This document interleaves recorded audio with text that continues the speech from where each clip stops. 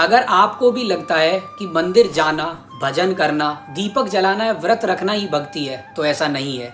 यही बताया था प्रहलाद जी ने अपने पिता हिरण्यकश्यप को और भगवान श्री राम ने सबरी जी को, जहाँ उन्होंने बताए थे भक्ति के 9 रास्ते। भक्ति के ये 9 रास्ते, नवद भक्ति कुछ इस प्रकार है। सबसे पहले आता है श्रवण यानी हियरिंग, भगवान की पूजा को पूरी श्रद्धा से सुनना, जिसका उदाहरण है राजा परीक्षित जी। दूसरा आता है कीर्तन यानी चैंटिंग, भगवान की उसी कथा को सुनाना या भगवान के भजन का गायन करना, जिसका उदाहरण है सुखदेव जी, जिन्होंने इसी भागवत कथा को राजा परीक्षित जी को सुनाया था।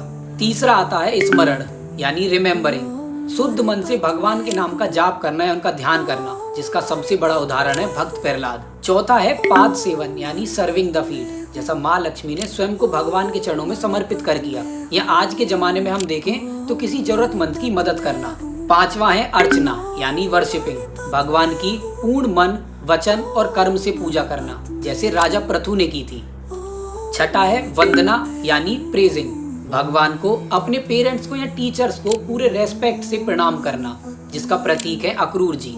सातवां है दास्य यानी सर्विट्यूड, स्वयं को भगवान का दास मानकर उनकी सेवा करना, जैसा हनुमान जी ने किया श्री राम के लिए, या फिर आज के जमाने में एक डॉक्टर जो पूरी लगन से एक मरीज का इलाज करता है। आठवां है सख्य यानी फ्रेंडशिप, भगवान के ऊपर अटूट विश्वास और उन्हें प्रिय मित्र समझना, जैसे सुदामा और अर्जुन की श्री कृष्ण से मित्रता। अंत में आता है आत्मनिवेदन यानी सेल्फ सरेंडर, बिना किसी शर्त के अपना सब कुछ भगवान को समर्पित कर देना, जैसा राजा बलि ने किया। या फिर आज के समय में मैं या आप जब किसी समस्या या परेशानी में होते हैं, अपने दिल पर हाथ रखकर भगवान का नाम लेकर या फिर आसमान की तरफ देखकर सब कुछ उनके ऊपर छोड़ देते हैं पूर्ण विश्वास से। तो भक्ति केवल मंदिर जाकर प्रार्थना करना ही नहीं, अन्य प्रकार से भी की जा सकती है। इन्हीं 9 प्रकार की भक्ति में से आपकी भक्ति कौन सी है, हमें कमेंट बॉक्स में जरूर बताएं।